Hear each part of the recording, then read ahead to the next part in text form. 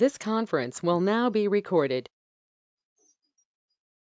अद्य सोमवासरः अथवा हिन्दुवासरः मार्गशीर्ष शुद्ध तृतीया दिनांक 6 डिसेंबर 2021 चरक विमानस्थान अध्याय 4 युक्तिप्रमाण शंखं चक्रं जलयुतान् सततमृतकटं चारुदौर्भिश्चतुर्भिः सूक्ष्मस्वच्छातिहृद्यां शुकपतिविलसन् मौलिमम्भोजनेत्रं कालाम्भोदोज्ज्वलाङ्गं कटितटविलसच्चारुपीताम्बराढ्यं वन्दे धन्वन्तरिं तं निखिलगदवनप्रौढदावाग्निनीरम् प्रौढदावाग्निलीलम् ब्रह्मणो हि समारब्धा मात्रेयाद्येषु पूजिताम् अस्मदाचार्यपर्यन्तां वन्दे गुरुपरम्पराम्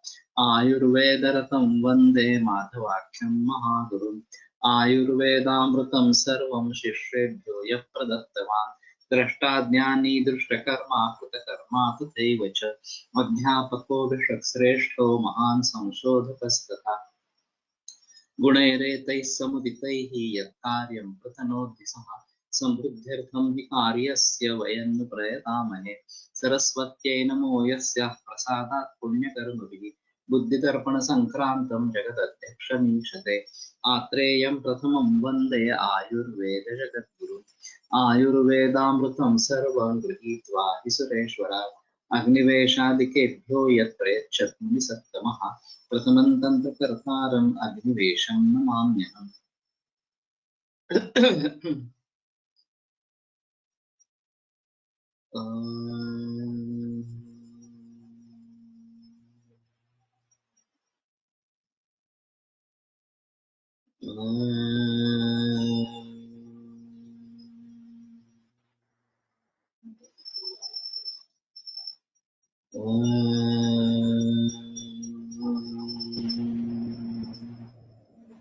ओम शांति शांति शांति।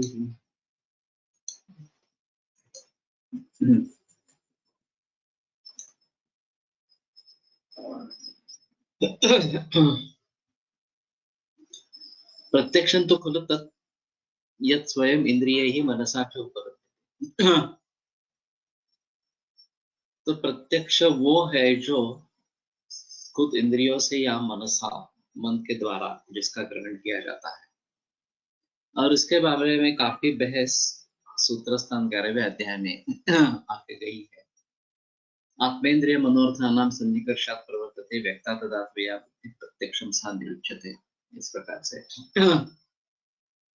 और अभी जैसे मैंने कहा कि जो विविध यंत्रों के द्वारा हमें जो बाधाएं प्रत्यक्ष प्रमाण में होती थी उनका निराकरण करने का अवसर मिला है और काफी हद तक अभी हम प्रत्यक्ष प्रमाण से काम कर ले सकते हैं। इस प्रकार से वो भी प्रत्यक्ष प्रमाण में ही शामिल होगा, जैसे कि एक्सरेज है, पेट स्कैन है, सीटी स्कैन है। तो ये सभी अभी या स्कोपीज विविध प्रकार की है, वो सभी एक्सटेंडेड प्रत्यक्ष इस प्रकार से हम कहेंगे। अनुमानं खलु तर्को युक्त्यपेक्षा। अनुमान जो है वो युक्ति की अपेक्षा से किया हुआ तर्क इस प्रकार का है, या युक्ति की अपेक्षा रखने वाला तर्क इस प्रकार का कहा गया है। तो मुझे लगता है कि युक्ति की अपेक्षा से किया हुआ तर्क या अनुमान है, ये ज्यादा सम्मत इस प्रकार का है। और युक्ति ये प्रमाण ज्यादा व्यापक इस प्रकार का है। बहुकारण योगजन्य बहुत सारे भाव इस प्रकार के हैं। और फिर उन सभी को यथार्थ ज्ञान में पाना काफी मुश्किल इस प्रकार की बात है। फिर भी ग्रंथों के अनुसार विचार करते समय हम कुछ नतीजे पर पहुंच सकते हैं कि ये ऐसी ऐसी स्थिति है, ये रोग है, ये अवस्था है, ये दोष की कंडीशन है वगैरह इस प्रकार से। और उनमें से हर फैक्टर को जानना ये प्रत्यक्ष या अनुमान पर निर्भर इस प्रकार का है। तो प्रत्यक्ष से हम आकृति देख सकते हैं, रंग देख सकते हैं, आकार उसका किस प्रकार का है, कितना बड़ा है, छोटा है, ये देख सकते हैं, वगैरह वगैरह। और फिर अग्निम चरण शक्तिया परीक्षित बलम न्यायम शक्तिया, इस प्रकार से अनुमान से कुछ बातें जान सकते हैं। लेकिन इन सभी का उपयोग युक्ति प्रमाण में करना है। इन सभी भावों को जानकर इस नतीजे पर पहुंचना है कि ये ऐसी ऐसी कंडीशन है और उसको इस प्रकार की चिकित्सा देने की आवश्यकता है। तो निदान होना ये भी एक बहु कारण योगजन्य भाव इस प्रकार का है। चिकित्सा होना ये भी एक बहु कारण योगजन्य भाव है। और उसके अंतर्गत उसकी अपेक्षा से हम इस सभी के बारे में सोच सकते हैं कि किन किन भावों का हमें ज्ञान करवा लेना है और वो प्रत्यक्ष या अनुमान से किस प्रकार से करना। तो जनरली ऐसा होगा कि इस स्थिति में अनुमान का गौण रहेगा, पक्ष जो है अनुमान का महत्व जो है गौण रहेगा। मुख्य पक्ष युक्ति प्रमाण ये रहेगा। जो हमें साध्य करना है वो वास्तव में युक्ति प्रमाण इस प्रकार को साध्य करना है। ते आप्त जो अवितर्कादिवेदी तो प्रतिपाद्य वस्तु विशेष विशेष वस्तु अशेष विशेष विशेष अविज्ञान स्मृतिदानं ज्ञानं च यद्यपि प्रमाणमूलमेव तथापि वर्तमानक्षणे स्मृतिज्ञान विषयार्थस्य नावश्य विद्यमानता इति न तत् प्रमाणमिति भावः। किंवा स्मृतिज्ञानं श्रुतिशास्त्रजं ज्ञानं गणितज्ञानं च एतच्च ज्ञानद्वयं साक्षात् अर्थादर्शकं दुरवबोधेन मिथ्याज्ञानत्वसंभवात् अप्रमाणमपि इति नोपादेय। तो स्मृति शास्त्र ज्ञान या गणित ज्ञान ये तो ले सकते हैं वास्तव में। और जैसे मैंने कहा कि अनेक शास्त्रों के सम्मिलन से या अनेक शास्त्रों के द्वारा हमारा ज्ञान होता रहता है। तस्मात् बहुश्रुता शास्त्रं विजानीय चिकित्सकः, ये जो सुश्रुताचार्य ने कहा है, एकम शास्त्रम अधीयानम विद्या शास्त्र निश्चय। केवल एक ही शास्त्र का अध्ययन करेंगे तो शास्त्र निश्चय नहीं जान पाएंगे। तस्मात् बहुश्रुतः शास्त्रं विजानीय चिकित्सकः, इसलिए बहुश्रुत जो है वो शास्त्र जाने, तो उसमें ये गणित ज्ञान स्मृति ज्ञान ये भी हो सकता है, ये एक बात ले सकते हैं। अतः सम्यक् ज्ञानवन्तोऽपि रागादिवशात् अन्यथा व्याहरन्ति इत्याह निष्प्रीति उपतापदर्शनश्च निष्प्रीत्या निरुपतापेन च द्रष्टुं शीलं येषां ते तथा एतेन यथार्थदर्शी निर्दोषश्चाप्तो भवति। तो किसी के बारे में प्रेम नहीं है या किसी के बारे में द्वेष इस प्रकार का भी नहीं है, तो वो झूठ क्यों बोलेंगे? इस प्रकार के जो आते हैं। अभी जो मेरी सीरीज चल रही है सुबह है आयुर्वेदिक वैशिष्ट्यपूर्ण शास्त्र, उसमें भी अभी मैं प्रमाणों पर कराया हूँ। और आप्तोपदेश कैसा अहम प्रमाण है इसके बारे में अभी बहस चल रही है कुछ उदाहरणों के द्वारा इस प्रकार से। एवं भूतंच आप्तत्वम् एतेन यथार्थदर्शी निर्दोषश्चाप्तो भवति इति उक्तं भवति। एवं भूतंच आप्तत्वं कस्यचित् ब्रह्मादेः सर्वत्रैव भवति। लौकिकस्य तु अस्मिन्नेव विषये वितर्कादि न भवति, तत्र एव उपदेशः प्रमाणम् इति ज्ञेयम्। तो लौकिक आप्त के बारे में जिस विषय में वितर्क वगैरह नहीं है वहां आप्तोपदेश प्रमाण है, ऐसा समझना चाहिए। अब ये बड़ा झमेला इस प्रकार का है कि लौकिक व्यवहार में हम जिनको आप्त इस प्रकार के मानते हैं उनका वचन उसी प्रकार से सही होगा या नहीं होगा, क्योंकि ऋषि मुनि तो रजस्तमोभ्याम निर्मुक्ता तपोज्ञान बलेन इस प्रकार के हैं। हमारे गुरु या हमारे आप्तजन माता पिता वगैरह वगैरह, ये उसी कैटेगरी के हो गए, उसी उतनी क्षमता रखने वाले होंगे, ऐसा बताना काफी मुश्किल इस प्रकार का है। तो ऐसे हालात में उन पर पूरा विश्वास किया जा सकता है, नहीं जा सकता है, ये अलग बात इस प्रकार की।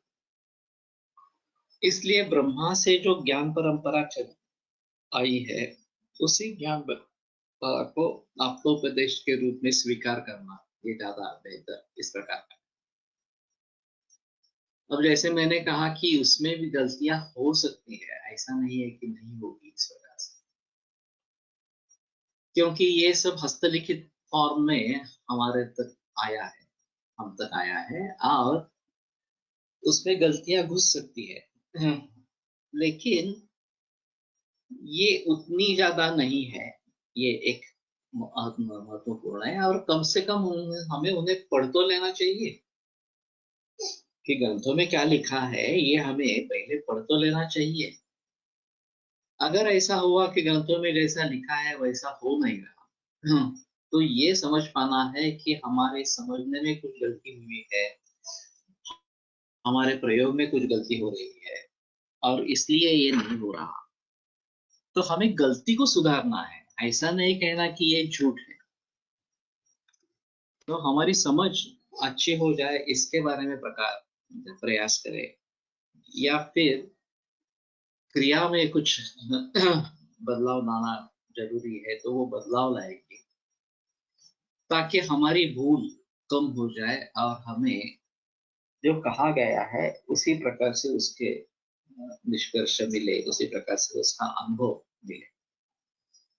ये काफी आसान होता है कि ये कह देना अरे झूठी होगा, ये सच्चा नहीं होगा, तो छोड़ देना चाहिए, सभी बातें ऐसी कुछ सच होती है क्या वगैरह इस प्रकार से। इस प्रकार से अगर हम लेके आगे जाएंगे तो कुछ नहीं होगा, ये तो सही बात है कि हम वहीं पे रुक जाएंगे, हम अपनी भूल को ढूंढने की कोशिश भी नहीं करेंगे, तो निश्चित रूप से वो भूल वैसी ही रह जाएगी।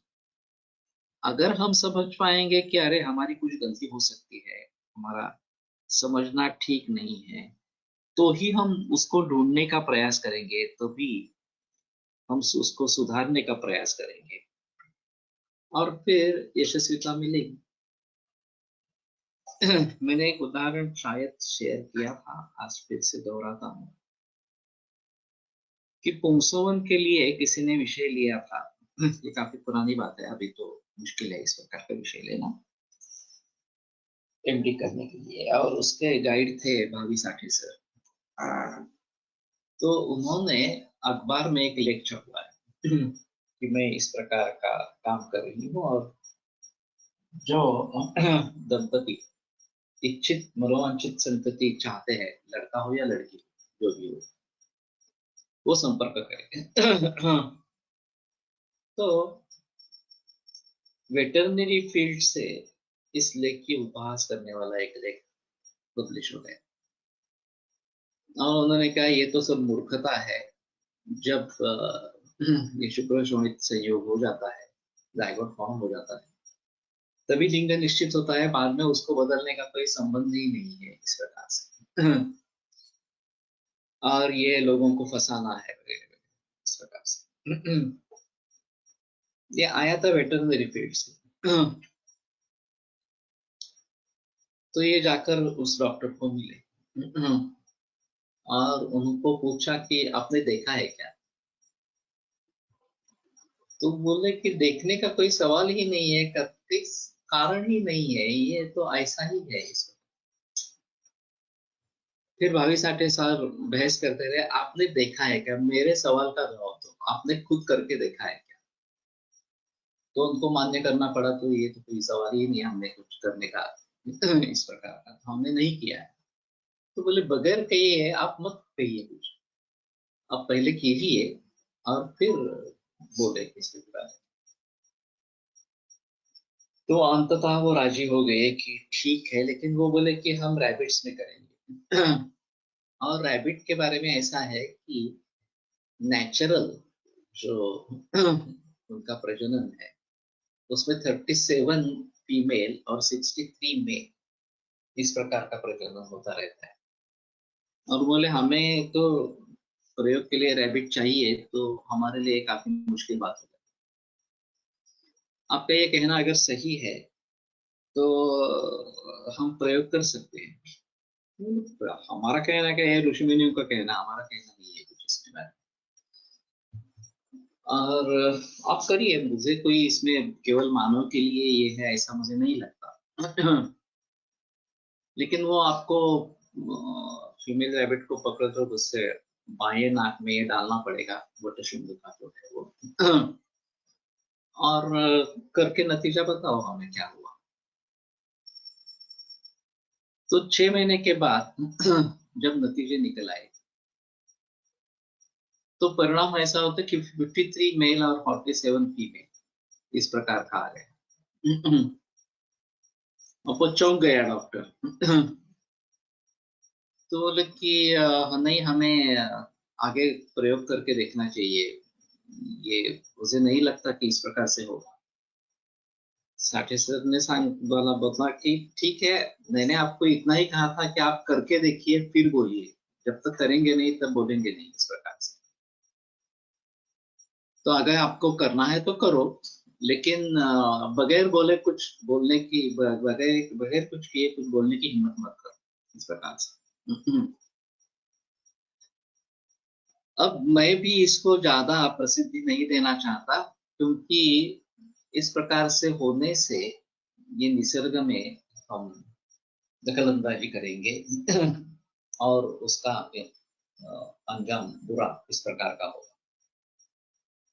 तो केवल हमारे समझने के लिए ये ध्यान में रखें, ज्यादा इसका प्रचार प्रसार नहीं करें। कहने का तात्पर्य अर्थ ये है कि उस समय में या अभी भी लोग ऐसा ही मानते हैं कि एक बार कंसेप्शन हो गया तो लिंग निश्चित हो गई। लेकिन ऐसा नहीं है। बलि पुरुष कारोहि दैवमुप्यति वर्तते, ये बात कही गई है। तो लिंग परिवर्तन पॉसिबल है इस प्रकार से हमारे शास्त्र के मुताबिक। अभी अंधश्रद्धा वाले सब लोग इसके ऊपर टूट पड़ेंगे कि नहीं नहीं ये गलत है, लोगों को ठगाना है वगैरह वगैरह इस प्रकार से। लेकिन कहने का तात्पर्य अर्थ ये है कि हमारा साइंस हजारों बरस पुराना है, ब्रह्मा से लेकर आया है, तो हमें उसमें विश्वास होना चाहिए। आधुनिक जो संशोधन है उसमें विश्वास नहीं होना चाहिए। जब इस प्रकार की नौबत आती है कि क्या सही है क्या गलत है इस प्रकार से, तो हमें हमारे शास्त्र के ऊपर विश्वास रखना। अब पक्वाशय में मूत्र की निर्मित होती है, सुश्रुताचार्य बताते हैं। और पक्वाशय गतास्तत्र नाट्य मूत्र हास्या, अभी के एनाटॉमी फिजियोलॉजी इसको बिल्कुल सपोर्ट नहीं करती। फिर भी किडनी फेलियर के मरीज हम ट्रीट करते हैं, एलोपैथी तो ट्रीट नहीं करती, वो तो डायलिसिस करते रहती है या ट्रांसप्लांट कर देती है।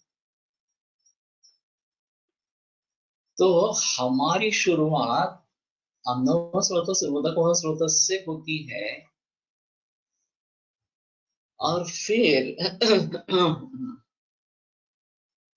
जो खून किडनी में आता है वो शुद्ध होना जरूरी है, ताकि उसमें से अशुद्धियां कम बाहर निकलेगी इस प्रकार से।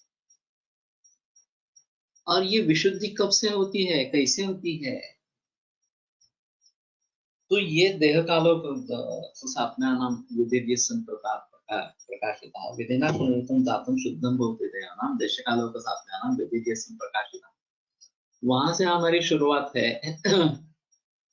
और अगर अशुद्ध रक्त किडनी में आता रहेगा तो किडनी कितनी भी फिल्टर करेगी तो क्या वो सही ढंग से काम कर पाएगी?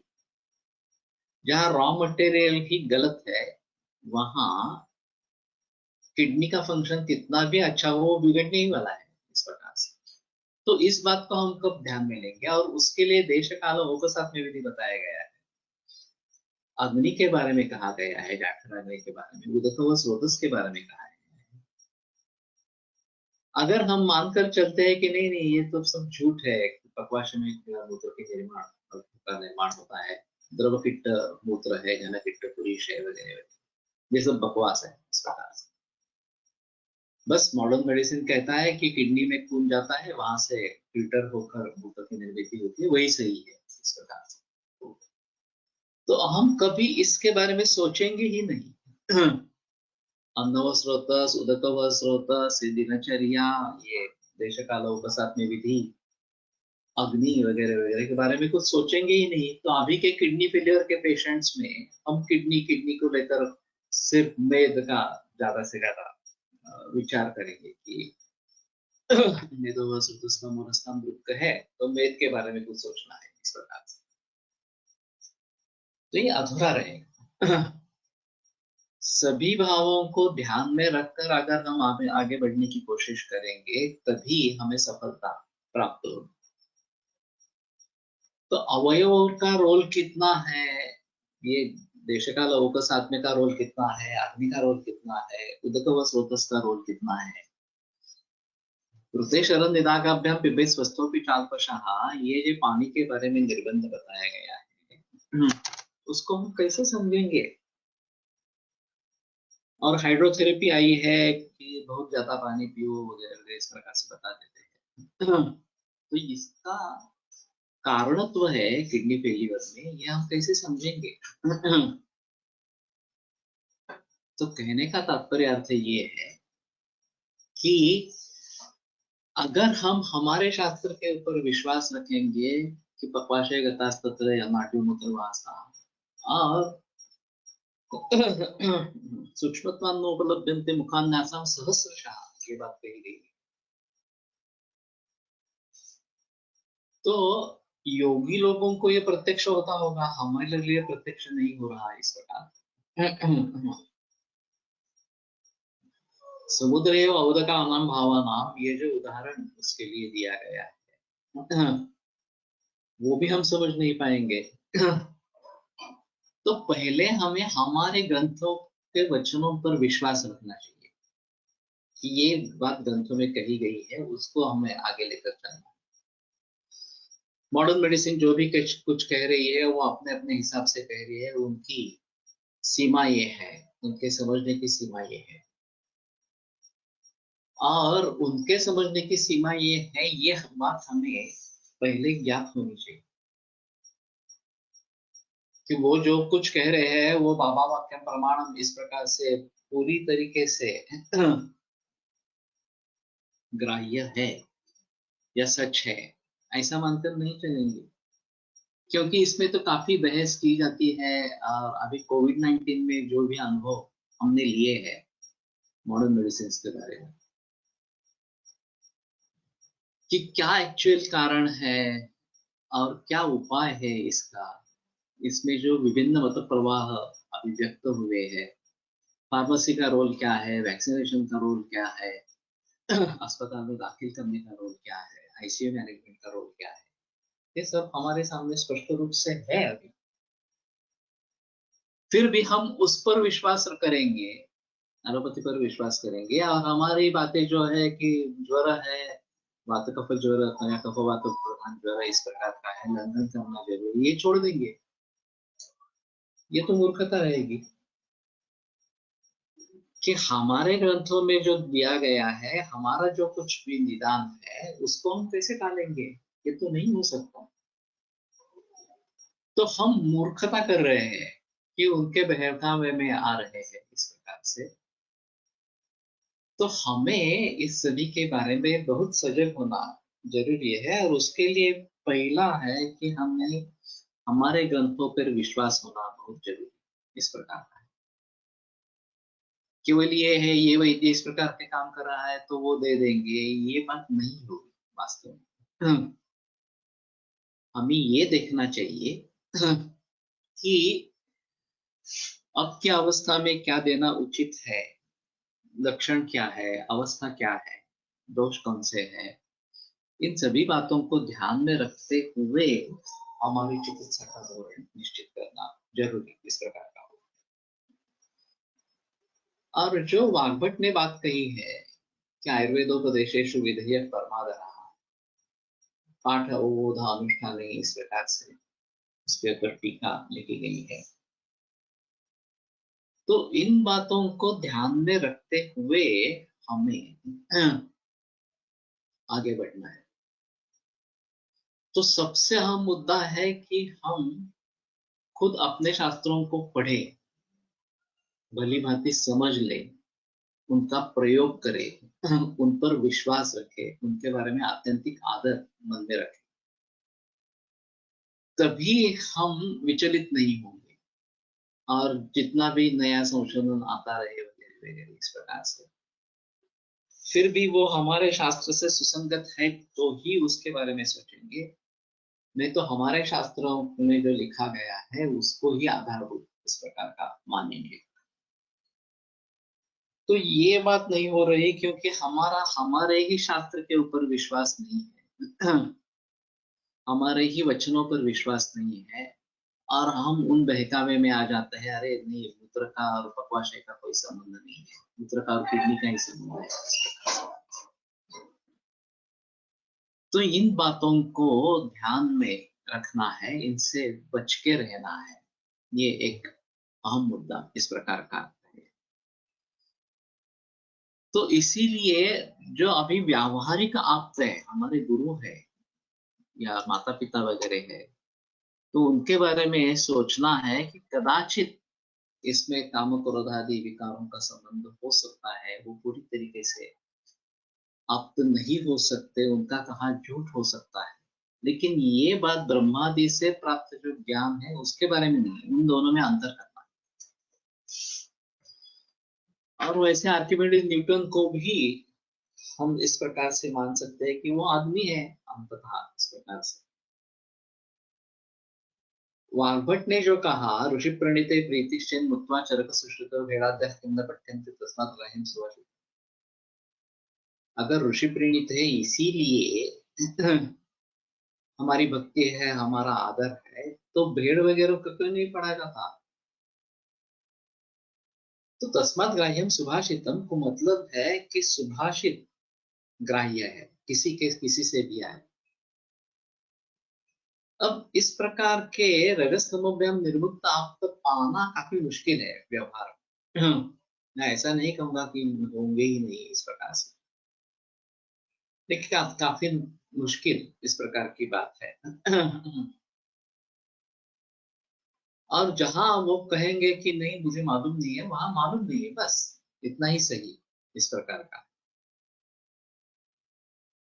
तो इस प्रकार का अपतत्व भी हमारे लिए शिरोधार्य है। एक पणसरकर के पास एक नाड़ी वर्ण का केस था, गुल्फ संधि के नीचे नाड़ी वर्ण था। 3-4 बार ऑपरेशन कर चुका था, बार बार वो बिगड़ता रहता था। और बहुत सारे वैद्यों की भी ट्रीटमेंट हुई थी, फिर पणसरकर के पास आया। पणसरकर ने देखा और कहा कि मैं 1-2 दिन विचार करूंगा, फिर बाद में बताऊंगा। 2 दिन विचार करने के बाद उन्होंने बता दिया कि मुझे नहीं लगता ये ठीक होगा, तो अब तक कोशिश करना चाहते हैं तो कोशिश करते रहो, लेकिन मुझे नहीं लगता ये ठीक होगा इस वजह से। आश्चर्य की बात थी, हाँ, उस व्यक्ति ने आभार प्रदर्शित किए कि आप पहले इस प्रकार के वैद्य रहे जिन्होंने स्पष्ट रूप से मुझे ये बात कही। सभी कहते रहे कि नहीं हम प्रयास करते रहेंगे, करेंगे और ये ठीक होगा, इस प्रकार से हुआ नहीं। एलोपैथी में काफी प्रयास किए गए, आयुर्वेद में काफी प्रयास किए गए। मुझे ये पहले से ही मालूम होता तो मैं एम्पुटेशन करवा लेता, ये झकझक तो बंद हो जाती, क्योंकि गुल्फ के नीचे था तो वहां से पाँव काट देते तो कोई प्रॉब्लम नहीं रहती थी इस प्रकार। अब इस प्रकार से बता पाना ये भी काफी मुश्किल है। मैं सच बोलना चाहता हूँ, चाहे वो कड़वा लगे मरीज को, लेकिन मैं सच ही बोलूंगा इस प्रकार से। तो इस प्रकार से अगर आप तक है तो अच्छी बात है, हमारे गुरु है इस प्रकार से। लेकिन ऐसा होता है कि गुरु ने कुछ कहा, हुआ नहीं उस प्रकार से, दवाइयां दे दी हमने, हुआ नहीं इस प्रकार से, तो हमारा गुरु पर का भी विश्वास उड़ जाता है और हम सीधे एलोपैथी में चले जाते हैं जहाँ तो कोई आपका नहीं है, गुरु नहीं है, इस प्रकार से फिर बाद में पछतावा होता है कि अरे ये मेरी मूर्खता है, इस प्रकार से। तो इन सभी बातों को ध्यान में रखते हुए जो सही आपका है उन्हीं से सलाह मशवरा करना है और उन्हीं पर भरोसा करना है, ये ध्यान में रखना चाहिए। तर्कः अत्र अप्रत्यक्षं ज्ञानम् युक्ति संबंधो अविनाभावः इत्यर्थः। तर्क या यहाँ अप्रत्यक्ष ज्ञान है जो प्रत्यक्ष पर आधारित है लेकिन प्रत्यक्ष नहीं है, उसका धूम दिख रहा है, अग्नि नहीं दिख रहा, तो धूम के आधार पर अग्नि का अनुमान इस प्रकार का किया जाता है। युक्ति संबंध अविनाभाव इत्यर्थः तेन अविनाभावजं प्रत्यक्ष ज्ञानम् अनुमानम् इत्यर्थः। तो अविनाभावज परोक्ष ज्ञान वो अनुमान इस प्रकार का है। युक्ति उन्होंने इसी में डाला है, अनुमानं खलु तर्को युक्त्यपेक्षा, ये बात जो मूल ग्रंथ में कही गई है जिसका मैंने अभी युक्त्यपेक्षा तर्क अनुमान, युक्ति की अपेक्षा से किया हुआ तर्क अनुमान है, ये जो मैं अर्थ बता रहा हूँ। चक्रपाणी दत्त उसका बिल्कुल अलग अर्थ कर रहे हैं कि युक्ति यानी कि अनुमान ही है, इस प्रकार से बता रहे हैं। और 11वें अध्याय में भी इसी प्रकार का बहस है। तो मैं जो बात कह रहा हूँ वो सूत्रों के आधार पर इस प्रकार से बता रहा हूँ और आगे युक्ति प्रमाण का ही जिक्र चरकाचार्य करते हैं। नहीं ज्ञानावयवेन कृष्णज्ञेय ज्ञानम् उत्पद्यते।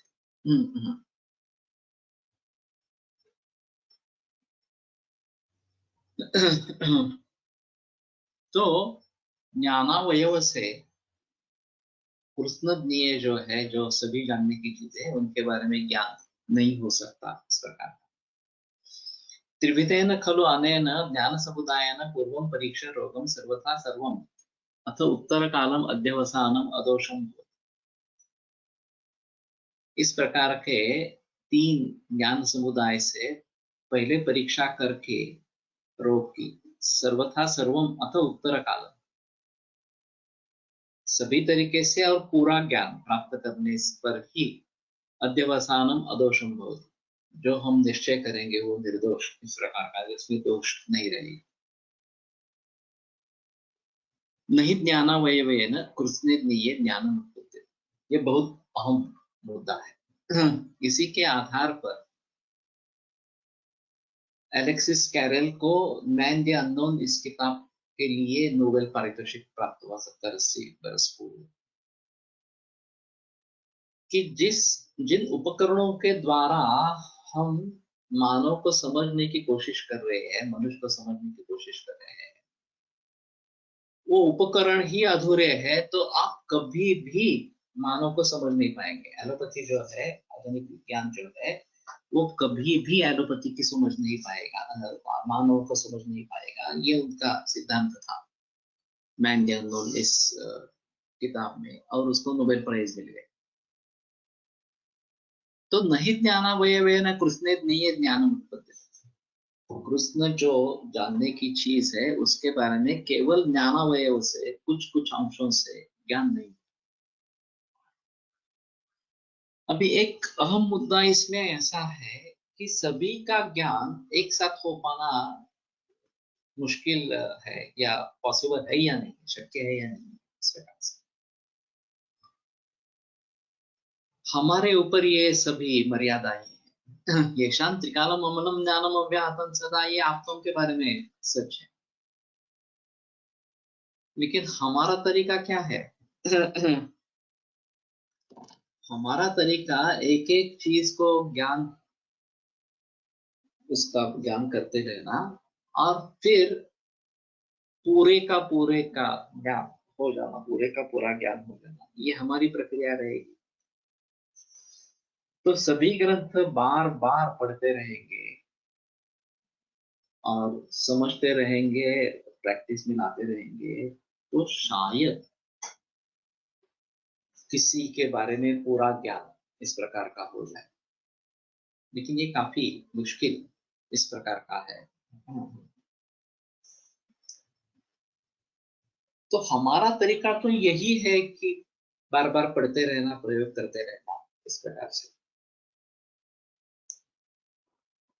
और दूसरा ऐसा है कि किसी एक चीज के बारे में हमें पूरा ज्ञान होना है। आयुर्वेद, पूरे आयुर्वेद के बारे में पूरा ज्ञान होना, ये एक अलग इस प्रकार का माहौल है। अब किसी एक चीज के बारे में पूरा ज्ञान होना, ये एक अलग बात इस प्रकार की रहेगी।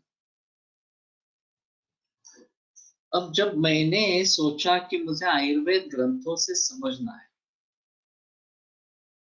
तो कैसे समझूं, किस तरीके से मैं ग्रंथों द्वारा आयुर्वेद का ज्ञान करता हूं। तो पहले अध्याय में मुझे सूत्र मिल गया कि सामान्य विशेषण समवाय ऋषि मुनियों ने आयुर्वेद को जाना, यानी कि क्या जाना, तुच्छ पदार्थ जाना, सामान्य विशेषण गुणांतरव्याणी कर्म। अब बात ये है कि उसमें द्रव्य गुण और कर्म ये मूल है, सामान्य विशेष और समवाय उसके ऊपर निर्भर इस प्रकार से है। तो मुझे सृष्टि में द्रव्य गुण कर्म जानने हैं और पुरुष में, सजीव में द्रव्य गुण कर्म इस प्रकार से जानने हैं, और उनकी तुलना से मुझे सामान्य विशेष के बारे में पता चलेगा। और अनित्य द्रव्यों के गुणांतराधार, ये जो संस्कार की बात कही गई है, उसके आधार पर समवाय संबंध के बारे में हमें पता चलेगा इस प्रकार से।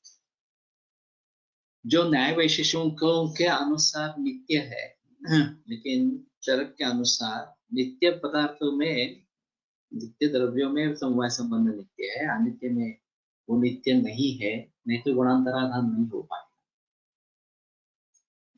संस्कार नहीं हो पाएगा। संस्कार होता है, इसका मतलब ही ये है कि केवल गुणों में परिवर्तन आता है, द्रव्य वही रहता है।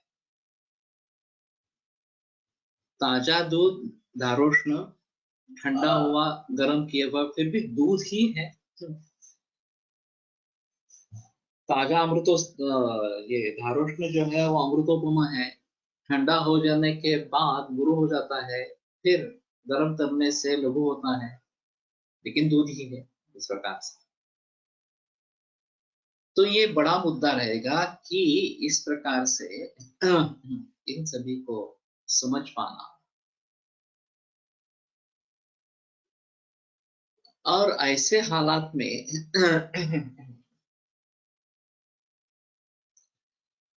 अगर हमें पूरे ग्रंथों का ज्ञान होना है, तो मैंने सोच लिया कि हर सूत्र में ये 6 पदार्थ ढूंढने हैं।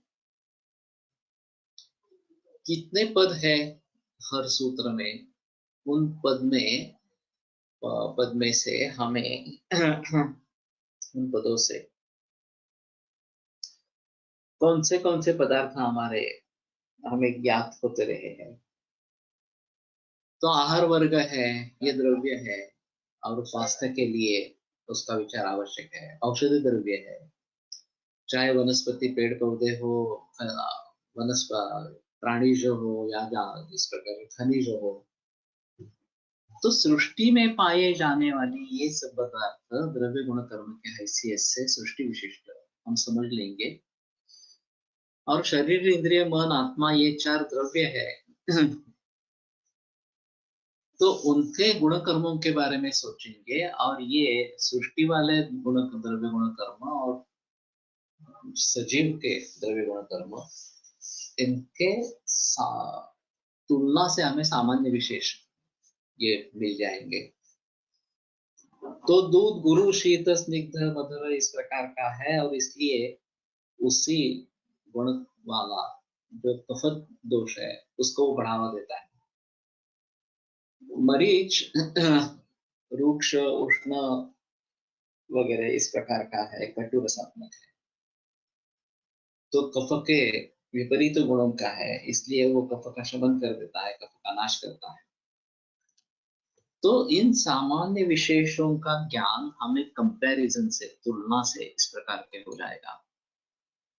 संस्कार से यदि द्रव्य बदल जाए तो उस संस्कार नहीं कहेंगे, नहीं, द्रव्य बदलता है तो संस्कार नहीं कहेंगे। दूध की ही हमने बासुंदी बना दी, वो बासुंदी हो गई, उसकी रबड़ी बन गई, उसका खवा बन गया, तो उसको रबड़ी खवा कहेंगे, उसको दूध नहीं कहेंगे। इस प्रकार से जब संज्ञा बदल जाती है तो समझ लेना है कि अन्य द्रव्य निर्माण इस प्रकार। धारोष्ण दूध, ठंडा दूध, गर्म दूध, हम दूध ही कह रहे हैं, हम ऐसा नहीं कह रहे हैं पानी, नॉर्मल पानी, उबला हुआ पानी, उबाल कर शीत हुआ पानी, पानी ही है, इस प्रकार से। तो गुणांतराधान उसमें होता रहता है इस प्रकार से।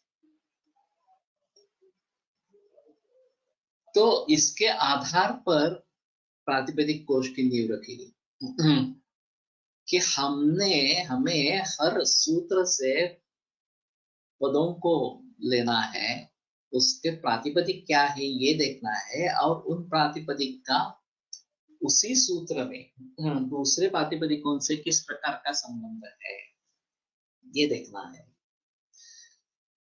और ये लक्षण, लक्ष्य, कार्य, कारण, औषध, चिकित्सा, इस प्रकार के संबंध तो त्रिस्कंध कोश से हमें ज्ञात हो गए थे। उसके बावजूद द्रव्य गुण कर्म वगैरह इस प्रकार के भी संबंध है। आहार के बारे में विस्तृत जानकारी इस प्रकार की है। तो इन संबंधों को एक्सप्लोर करना ये प्रातिपदिक कोश का काम निश्चित हुआ। और अंतिमतः इससे मुझे आयुर्वेद जानना है। सबसे अहम मुद्दा क्या है कि हर सूत्र को पढ़ते रहेंगे, समझते रहेंगे इन 6 पदार्थों को, तो मुझे आयुर्वेद के बारे में जानकारी, ये अहम मुद्दा है। अब इसमें जो ज्ञान संकलित होता रहता है, एक एंटिटी के बारे में, एक ज्वर ले लिया तो त्रिस्कंध कोश में ज्वर के कारण क्या है, ज्वर के लक्षण क्या है, ज्वर की चिकित्सा क्या है, ये जानकारी इकट्ठा हो जाती है, तो ज्वर का त्रिस्कंधात्मक ज्ञान हो जाता है। तो ये त्रिस्कंधात्मक ज्ञान किसी भी एंटिटी का इस प्रकार का होता है, वो फोकस्ड रहता है। जैसे कि अग्नि के बारे में तैर्भवेद विषम तीक्ष्ण मंदष्टाग्नि समय समय सूत्र स्थान में आया, फिर शारीरिक स्थान में मंदाग्नि का लक्षण क्या है, तीक्ष्णाग्नि का लक्षण क्या है वगैरह बताया। निदान स्थान में मंदाग्नि या तीक्ष्णाग्नि किस रोगों के कारण, किन रोगों के कारण है, विषमाग्नि किस रोगों का कारण है, ये कारण के रूप में बताया। चिकित्सा में अर्श है, उसमें मंदाग्नि है तो क्या करना है, ग्रहणी है उसमें मंदाग्नि है तो क्या करना है वगैरह, इस प्रकार के सूत्र आए। ये सभी सूत्र त्रिस्कंध कोश में या प्रातिवेदिक कोश में इकट्ठा हो जाते हैं। और एक मंदाग्नि के बारे में ग्रंथों में जो भी जानकारी है वो सभी हमारे सामने आ जाती है। तो ये फोकस्ड अप्रोच है। एक एंटिटी को जानने के लिए त्रिस्कंध कोश, प्रातिपदिक कोश ये उपयोगी है। पूरे आयुर्वेद को जानने के लिए मूल ग्रंथों का अध्ययन बार बार करते हैं, ये जरूरी है। तो अगर हम दोनों को साथ में ले लेंगे तो ज्यादा अच्छा। नहीं ज्ञानावयवेन कृष्णे ज्ञानम उत्पद्यते, एक एक एंटिटी को लेकर समझने की, आयुर्वेद समझने की कोशिश करेंगे तो ये काफी लंबा दौर होगा, समेट कर पाना सभी को मुश्किल होगा। लेकिन मूल ग्रंथों का अध्ययन करते रहेंगे तो सभी के बारे में भी जानकारी होगी, लेकिन एक फोकस जानकारी कर पाना बात बहुत मुश्किल होगा। मैं उसका उदाहरण देता हूँ सिद्धांत कौमुदी। पाणिनीय व्याकरण अष्टाध्यायी जो रचाया गया, उनमें पाणिनि की बुद्धिमत्ता का एक अजोड़ नमूना इस प्रकार का।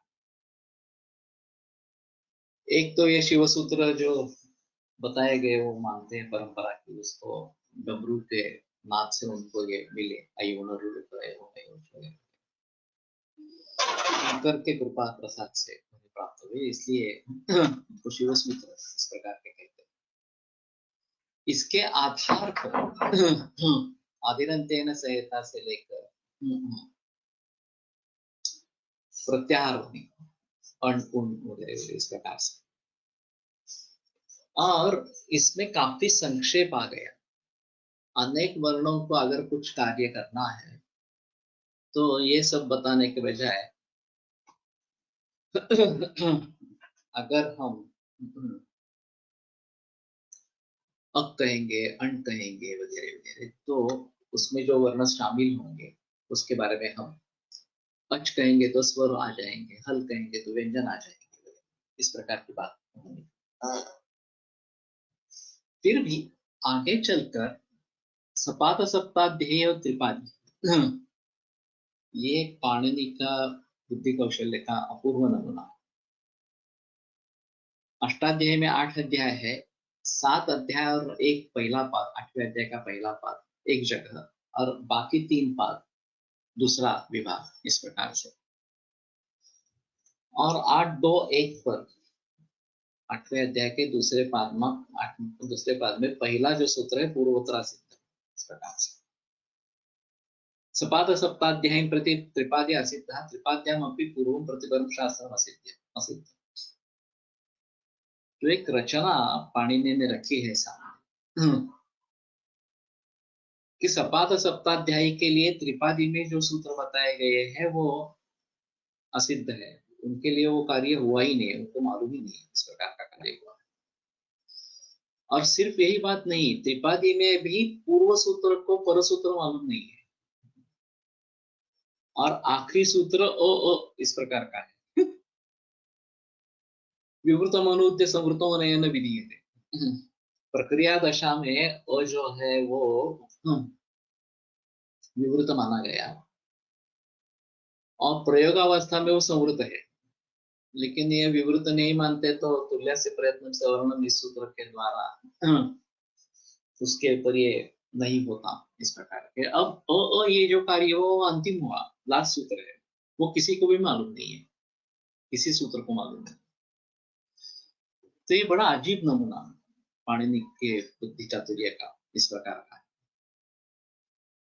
मैं डायग्राम दिखाता था कि मैनेजर है, सब असिस्टेंट मैनेजर है, फिर ऑफिसर्स है, फिर क्लर्क्स है, ऐसी कुछ रचना है, बैंक है, या कोई व्यवस्थापन है, इस प्रकार कंपनी का व्यवस्थापन। और जो मैनेजर है उसकी केबिन अंदर है, बीच में ये सब कांच के पार्टीशंस है, और वो सेमी ट्रांसपेरेंट ग्लास है। मैनेजर क्लर्क तक देख सकता है, लेकिन क्लर्क अपने ऊपर वाला जो ऑफिसर है उसको भी नहीं देख सकता। ऑफिसर उसके ऊपर जो असिस्टेंट मैनेजर है उसको नहीं देख सकता। असिस्टेंट मैनेजर नीचे सब देख सकता है, लेकिन मैनेजर को नहीं देख सकता। तो ये जैसी स्थिति है कि एक के लिए दूसरा असिद्ध है। तो अगर कोई नींद ले रहा है तो पता चल जाएगा, उसके ऊपर वाले जितने भी उन सभी को पता चलेगा, अरे ये सो रहा है, इस प्रकार से। या मोबाइल पर आधा घंटा बात कर रहा है, इस प्रकार से। तो कहने का तात्पर्य था, ये जो विशिष्ट रचना पाणिनि की है अष्टाध्यायी, ये अभूतपूर्व नमूना है बुद्धि चातुर्य का। तो पूरी अष्टाध्यायी पढ़ेंगे तो पूरे व्याकरण के बारे में ज्ञान होता है, लेकिन अगर हमें किसी पर्टिकुलर विषय के बारे में ज्ञान चाहिए तो कोई स्कोप ही नहीं है आपके लिए, पूरी ही पढ़नी है, बाकी कोई चारा ही नहीं है। तो इसलिए भट्टोजी दीक्षित ने सिद्धांत कौमुदी की रचना की और प्रकरणानुसार सूत्रों का निवेश कर दिया, और जो अनुवृत्ति से अर्थ प्राप्त हो रहा था वो निकल गया उसमें से। तो अनुवृत्ति के लिए उन्होंने खुद की वृत्ति लिखी, और उसका संक्षिप्त रूप लघु सिद्धांत कौमुदी है, उसका संक्षिप्त रूप प्रारंभिक पाणिनीय इस प्रकार का। मैं जब पढ़ा था तो प्रारंभिक पाणिनीय रखा था सिखाने के लिए, बाद में वो लघु सिद्धांत कौमुदी लाए।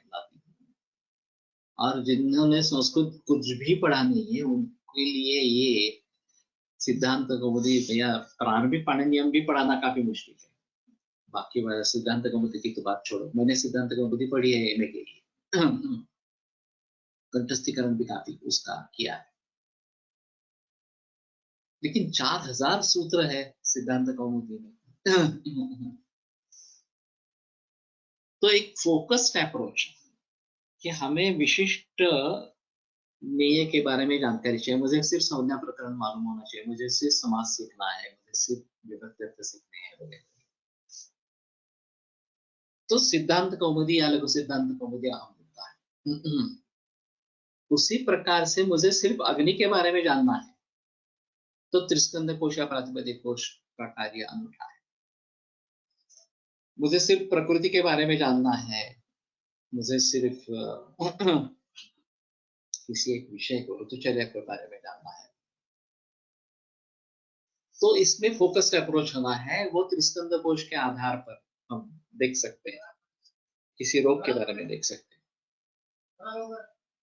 लेकिन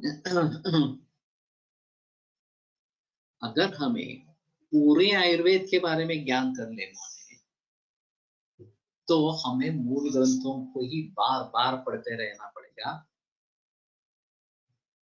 और उसको समझना पड़ेगा, उसको प्रयोग में लाना पड़ेगा, अनुभव उसके आधार पर लेना पड़ेगा, तभी हम पूरे आयुर्वेद को समझ पाएंगे। तो मैंने इसके आधार पर एक पावर पॉइंट प्रेजेंटेशन बनाया था, आयुर्वेद एज ए होल समझने की कोशिश और आयुर्वेद का किसी अंश समझने की कोशिश, इस प्रकार से। संयोग से मैं बेंगलोर में था और ये journal of Ayurveda and integrative medicine उसका पहला इशू निकलने वाला, उसका संपादक एक ब्रिटिश आदमी था। हमारी पहली मुलाकात हुई और उन्होंने सहजता से वो देखा, पावर पॉइंट सामने खड़ा था, तो बोला मैं जरा देखना चाहता हूँ। उसने देख लिया और वो एक्चुअली योग का आदमी है। फिर भी वो बहुत प्रभावित रहा। वो बोला कि ये बहुत अच्छा है, this is very good article, very good thought, so I will publish it in the first issue of JIM। I said okay, लेकिन एक्चुअली मैंने आर्टिकल लिखा नहीं है, ये तो सिर्फ पावर पॉइंट प्रेजेंटेशन बनाया है। तो तुम्हारे पास प्रेजेंटेशन है, मन में थॉट है, तो कोई प्रॉब्लम नहीं है, आर्टिकल बन जाएगा इस प्रकार से। फिर उसके कहने पर मैंने आर्टिकल लिख दिया और वो पब्लिश भी हुआ पहले इशू में। इसमें मेरा कहना था कि आयुर्वेद समझना है तो हमें दोनों तरीके से प्रयास करने चाहिए, मूल ग्रंथों को भी पढ़ते रहना चाहिए और त्रिस्कंद कोश या प्रातिपदिक कोश के अप्रोच को भी लेना चाहिए। दोनों हैंड इन हैंड जाएंगे, साथ में जाएंगे, तो हम भली भांति उसको समझ पाएंगे, जरा जल्दी समझ पाएंगे। आश्चर्य की बात यह रही कि उसके ऊपर कमेंट्स भारत में किसी ने नहीं की, लेकिन एक जर्मनी से मुझे ईमेल आ गया कि आपका अगर थीसिस है तो हमें थीसिस पूरा भेज दें, हम पब्लिश करेंगे। और अमेरिका से भी एक ईमेल आया इसी तरीके का कि we want to read the whole article, या जो भी है आपके पास वो भेज दीजिए। लेकिन भारत में किसी भी वैद्य ने इसके बारे में कुछ भी मुद्दा नहीं उठाया। तो ये फर्क है एक्चुअली। इन सभी को भली भांति है, तो नया विचार था। त्रिस्कंद कोश के बारे में तो मैं ही जानता था, ज्यादा उसका प्रचार प्रसार तो हुआ नहीं इस प्रकार से। और अभी प्रातिपदिक कोश के बारे में भी वही सिलसिला इस प्रकार का रहेगा।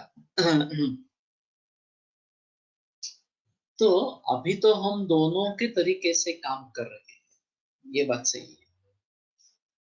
मूल ग्रंथ भी पढ़ रहे हैं और प्रातिपदिक कोश का भी काम उसी के साथ चल रहा है। तो संभवतः प्रातिपदिक कोश जब प्रयोग में आना आरंभ होगा, उसके जरिए उसका हम ज्ञान कर पाएंगे। और ये तो सिलसिला चल ही रहा है आयुर्वेद पढ़ने का इस प्रकार का। तो शायद आगे चलकर थोड़ी आसानी इस प्रकार से होगी और हम भली भांति आयुर्वेद को जल्दी समझने की कोशिश करेंगे। ठीक है, यहीं पे रुकते हैं, कल आगे बढ़ेंगे।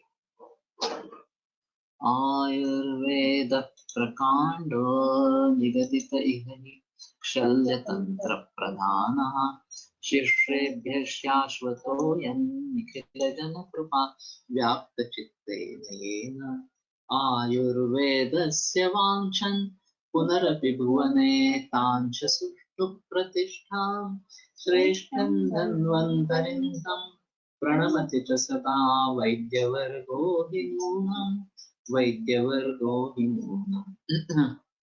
विरम्यते व्याख्यानव्यापारात्। श्वः पुनरपि मिलिष्यामः।